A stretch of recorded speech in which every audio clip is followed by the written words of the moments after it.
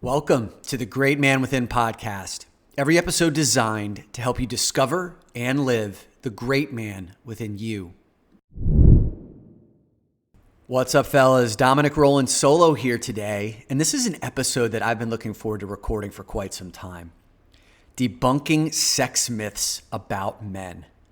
This is going to be a good one. There's plenty of sex myths out there, and I'm going to be sharing with you some of my own sex myths that like Dominic Cortuccio wants to debunk. But I've also gone to one of my favorite resources, a Facebook group online called That Sex Group, which was formerly known as the Kaleidoscope. You've heard Brian and I talk about it a number of times on the show. They've rebranded to That Sex Group. And I went in there and I posed the question, what are some sex myths that you would like to debunk about men? We've got a lot of great responses from both men and women there. I would highly encourage you, if you're looking for a forum and a community to ask questions or to just like witness conversation in a very sex positive, safe environment, go join the sex group. Even if you just like go there and listen for weeks or months. I've seen so many members come in, not post anything for months, and then like say, hey, I've been here for like 6 months and I've been listening. Now I've finally had the courage to speak out. It's a great place for you to listen and learn. So this show on the Great Man Within podcast, we typically speak to men directly, right? This is a show for men, by men, talking about the issues that many men avoid or don't, or want to talk about, but don't have the right conditions set to go there.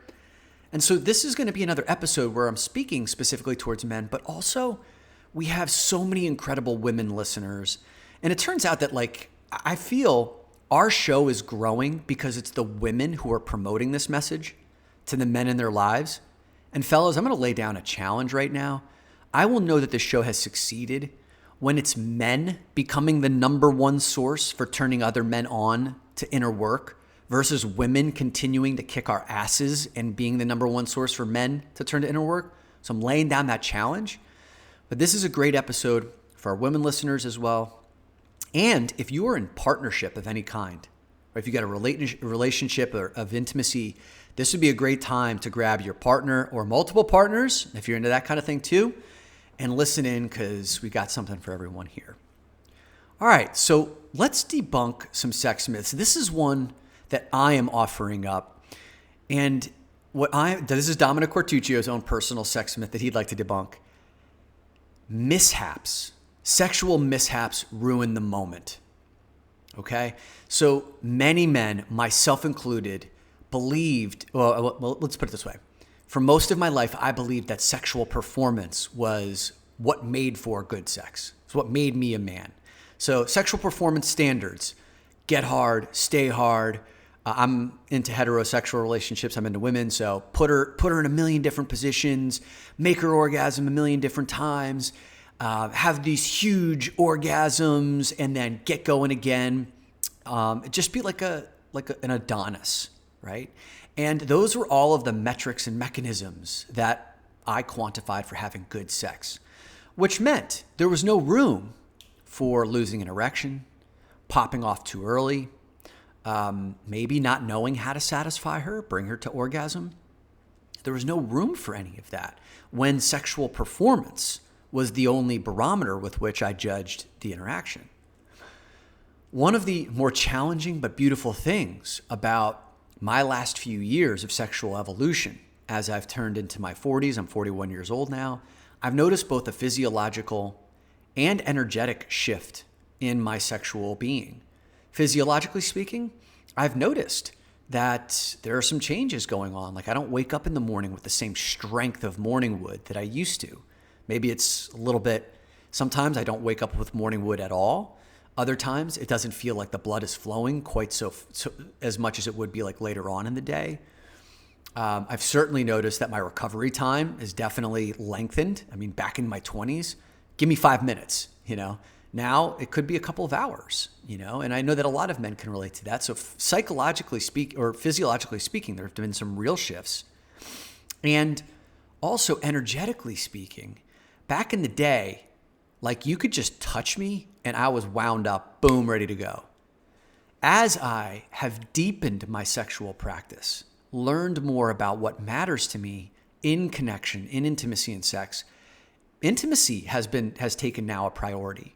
So like I need foreplay. I need connection. I need knowing a person's a part of their heart and soul before like I'm really sexually aroused. That's just me, right? So over these last few years, as I've been dealing with these transitions or like familiarizing myself with these transitions, I've had 3 or 4 experiences with different women where I've lost my erection, where I've popped off too early, where my erections haven't been at full strength. And those have been really challenging moments for me because like those were things I didn't know in my previous sexual life. And like I said, like as I was navigating, moving from sexual performance to something else, some of that old rating system, the residue of that led to embarrassment or shame in those moments or helplessness in those moments where like I would lose an erection. And I know that in my personal experiences, my partners have experienced those moments with me as there's something wrong with them, right? So first and foremost, as I'm now experiencing this shameful, embarrassing moment, which is hard for me to be able to express and navigate, I'm now also holding the hurt of the woman laying in bed with me who thinks that this is some indictment on her attractiveness level, or there's something wrong with her that she's not doing, or that I'm not into her. And that's holding a lot of fucking emotion. And certainly the first few times that this happened to me, that this happened to us in our connections, it felt like I'd ruined the moment. It felt like that it was unsalvageable. As I have matured in looking at these experiences, it's actually been quite the opposite.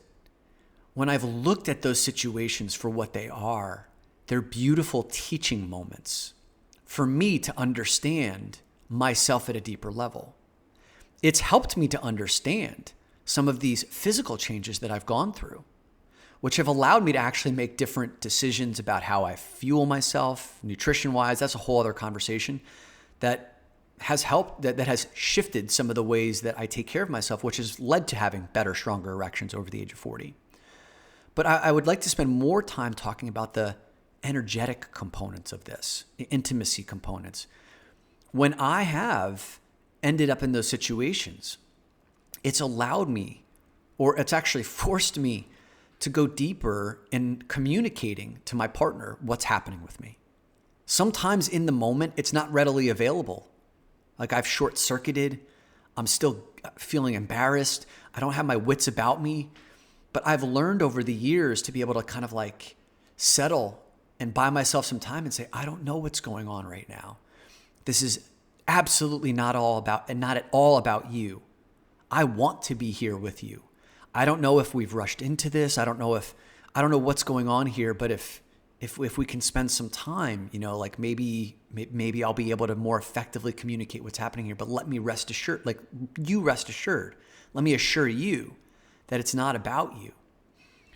And I can think of a recent example within the last couple of years where this happened, where she felt hurt. She felt like she had opened herself up to me and then this thing shut down. She felt like, in a certain sense betrayed, even though it wasn't like a, conscious betrayal. She just felt that was like her experience of it. What we ended up having to do was like leave the bedroom, spend time like eating together, taking our minds off the subject, sitting and cuddling on the couch, watching a show that felt good for both of us, asking her questions about her life. And I felt an opening happening inside of me and an opening happening inside of her, where after that, then the arousal came back and we ended up having beautiful sex later that night, right? And it took hours from that first moment to the moment where we were able to reconnect. But that sexual mishap didn't ruin that night. It didn't ruin that moment. It actually brought us much deeper than we would have if we just like raced right into sex. Sure, it took some like navigating some really challenging emotions, but we went deeper as a result. And that depth was never available to me when I was just going straight for the sex back in the day. So I wanted to debunk that myth that mishaps ruin the moment. All right, what else do we have here? Oh, here's another one that I wanted to offer up. If a man doesn't ejaculate during sex, then you've failed to please him. If a man doesn't ejaculate during sex, then you failed to please him. Let me debunk that myth. I have been practicing over the last few years conscious non-ejaculation. As I've learned the potency of my sexual life force and maintaining that life force inside of me without ejaculating it, especially again as a man gets older in his 30s, 40s, and 50s, you'll hear Montauk Chia, who wrote the book Multi-Orgasmic Man, talks about how I think it's men in our 40s, like we shouldn't be ejaculating more than once every couple of weeks or maybe even once a month.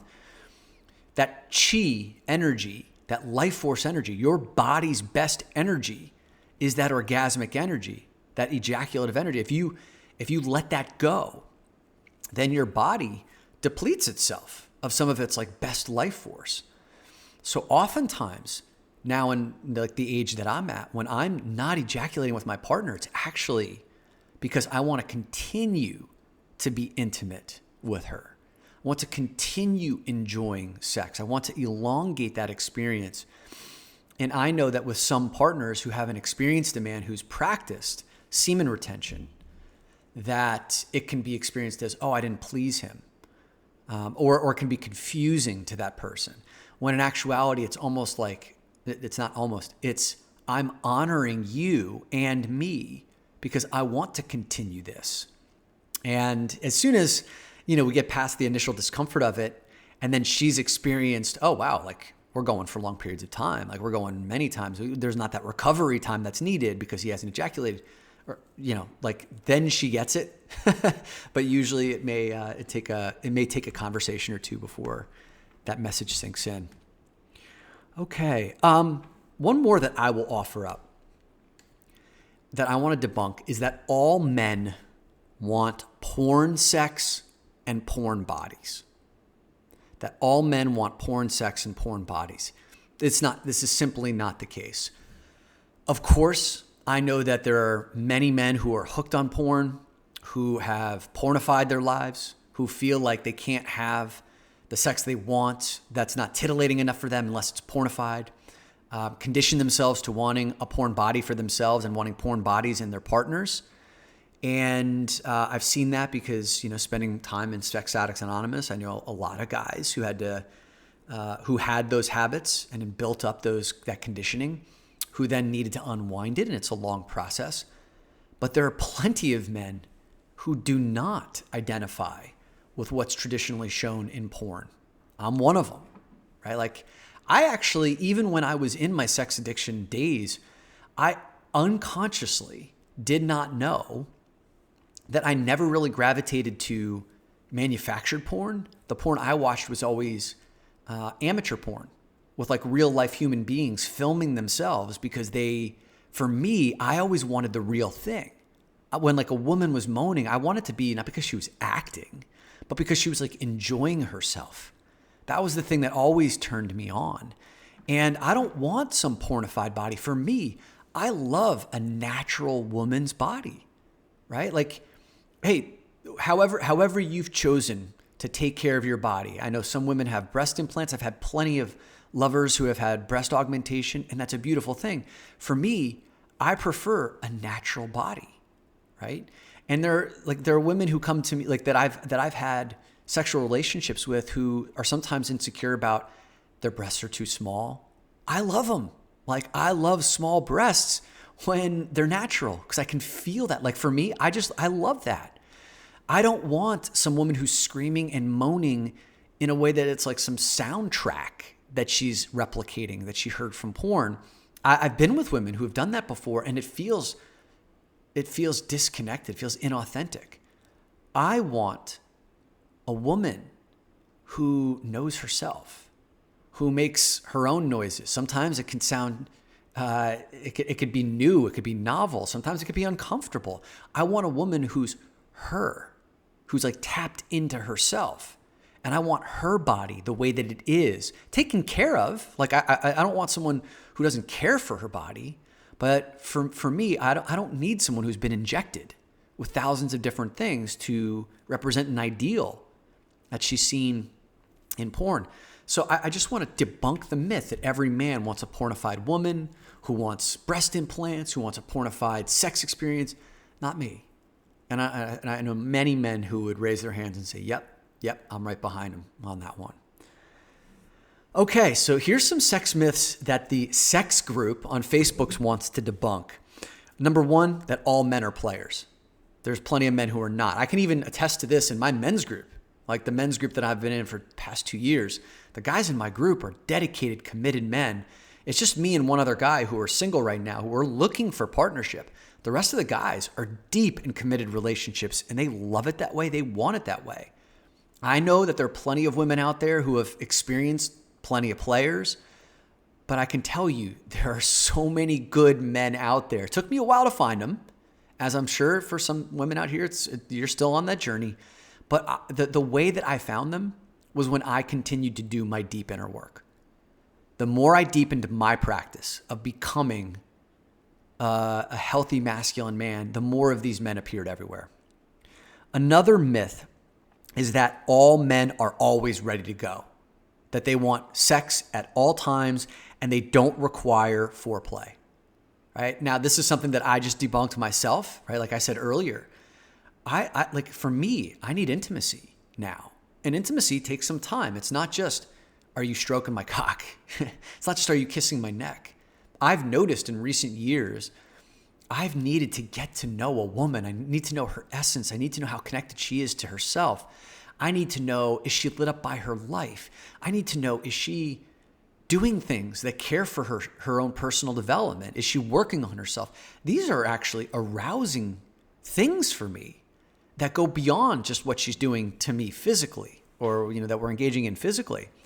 And I know that many men can relate to this too. And many guys require time and energy for foreplay. We're not always ready to go. I've been finding that in the mornings, right away, like right when I wake up, sometimes, many times, I'm not ready to go. I may need a little bit of breath work or exercise or something, coffee, to get me going, blood flow before I'm ready to go. We're not always ready to go. And I also think that this concept of we're just ready to go all the time reduces men to just being fucking machines, like slaves to our own sexual programming. We're more than that. We're deeper than that. Ooh, here's a big one. The soft penis is the end of sexy time. Let's debunk that one. When a dick goes soft, whether it's man loses his erection or he comes too quickly or whatever the reason, that it's the end of sexy time. There are so many different ways to engage in sex and sexuality without penetration, without the dick. One of the things that I learned from Dan Savage, who runs the Savage podcast, he's been, I think, a sex educator for 30 years. I heard him speak live in Ibiza, and he was talking about how, yes, gay men have better and more sex than heterosexual men, and he talked about all the reasons why. And one of them was because gay men use these 4 words when they're about to engage in sex with someone for the first time. What are you into? What are you into? Gay men talk much more about sex and what sexual preferences are before they engage in sex, because he said you can't assume that a gay man wants penetration. He said that 25% of homosexual relationships don't involve penetration. So you have to talk about what are the desires. So the communication is better. Therefore, the sex ends up being better. So if you think about those experiences where there's no penetration, what are the bounty of other ways that you can explore sex, sexual desire? And as a guy, like when I've had my penis go soft, or I've come too early, or earlier than I would have wanted to, well, now my dick's soft, but she's still going. And there's a ton of things that I can do now to explore her sexuality. Basically, I'm now captive. I'm a captive audience member asking her whatever it is that you want, other than my dick going in your vagina for at least the next few moments, that you would want, that now I can use to please you. Could be a massage, could be nipple play, could be licking her ass. Like, what are all of the things that she likes or your partner likes that would allow for sexy time to continue. Okay, here's another one. That a soft dick means that the man is not enjoying you, right? If his dick goes soft, that he's not enjoying you. I think this just also goes to further the point, like I was saying earlier, many times it's what a man, this is for the, I guess, this is for the recipient. So I'm speaking to either the women here or the partners, the male partners here. If his dick goes soft, it's not because he's not enjoying you. It's typically, like I said before, something physiological or psychological or energetic about him. If he's there in bed with you, there's a reason why he wants to be there with you. And if he's going through something, one of the things that I teach women is when their partner goes soft, when the man goes soft, avoid these two words at all costs. What's wrong? When he goes soft and you automatically assume that there's something wrong, it creates a problem frame around it. And it also probably deepens his insecurity, his guilt, his embarrassment, his shame. So if you can avoid those words of what's wrong and just maybe even look at him and smile and say, hey, wait, how you doing? What can I do for you right now? Right? Like even welcoming that into the experience, that creates an entirely different experience at that moment, because then it allows for that to be okay, right? Because he's probably going through something that he can't quite understand at that time. A few more. Men with, here's one. Men have egos that are in need of protection. All men have egos that are in need of protection. This was offered up by some women in that sex group. Let's debunk that myth. Now, I know for sure many women have come to me who have been on the receiving end of some men whose egos were fragile, that were threatened, that exploded on women in really scary ways. And so women in many cases, or maybe male partners in some cases, have learned to not tell a man that he's not doing something right, or that like he could be doing it differently, or that she likes it this way, or he likes it that way. I know that there have been repercussions in those cases for speaking up in the past, but not all men have such fragile egos that we don't want you to speak up. I'm one of them. I'm a man. If you've been in bed with me, you know how coachable I am, because I do not proclaim to have all of the answers. I love it when you tell me I'm doing something that's too fast or too hard, or you want me to go left when I've been going right. Whatever it is, I love you being able to express to me what it is that you want.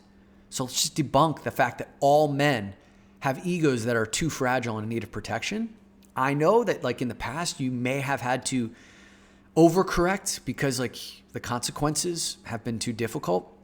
But I want to say here, plenty of men, the men listening to this show often have that extra capacity to want to be told what it is that you like.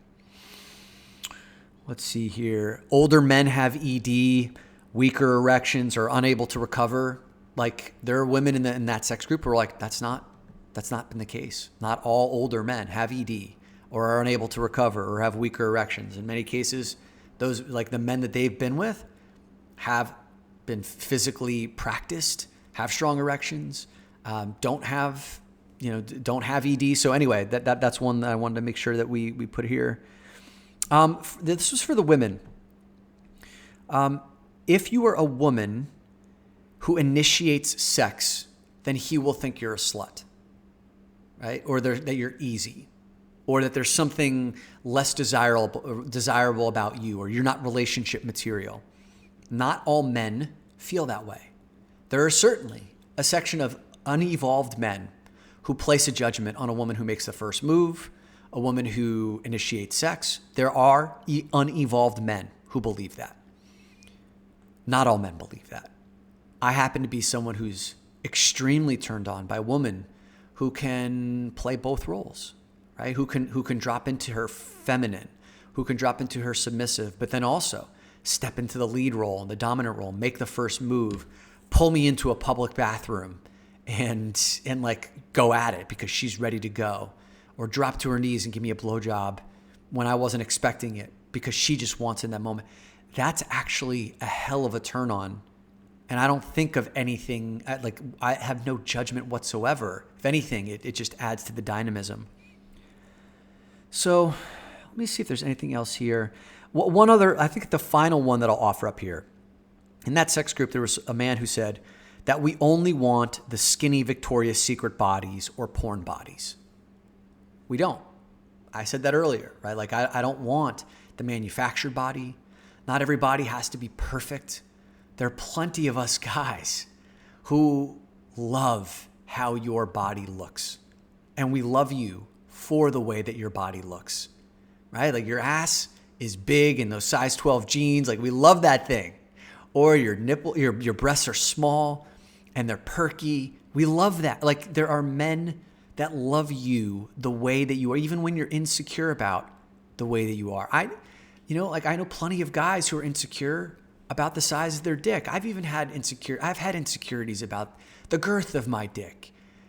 But then plenty of women who have been with me, I'm like, dude, your dick's perfect. I love it. It's handsome. Why would you ever be insecure about that? Right?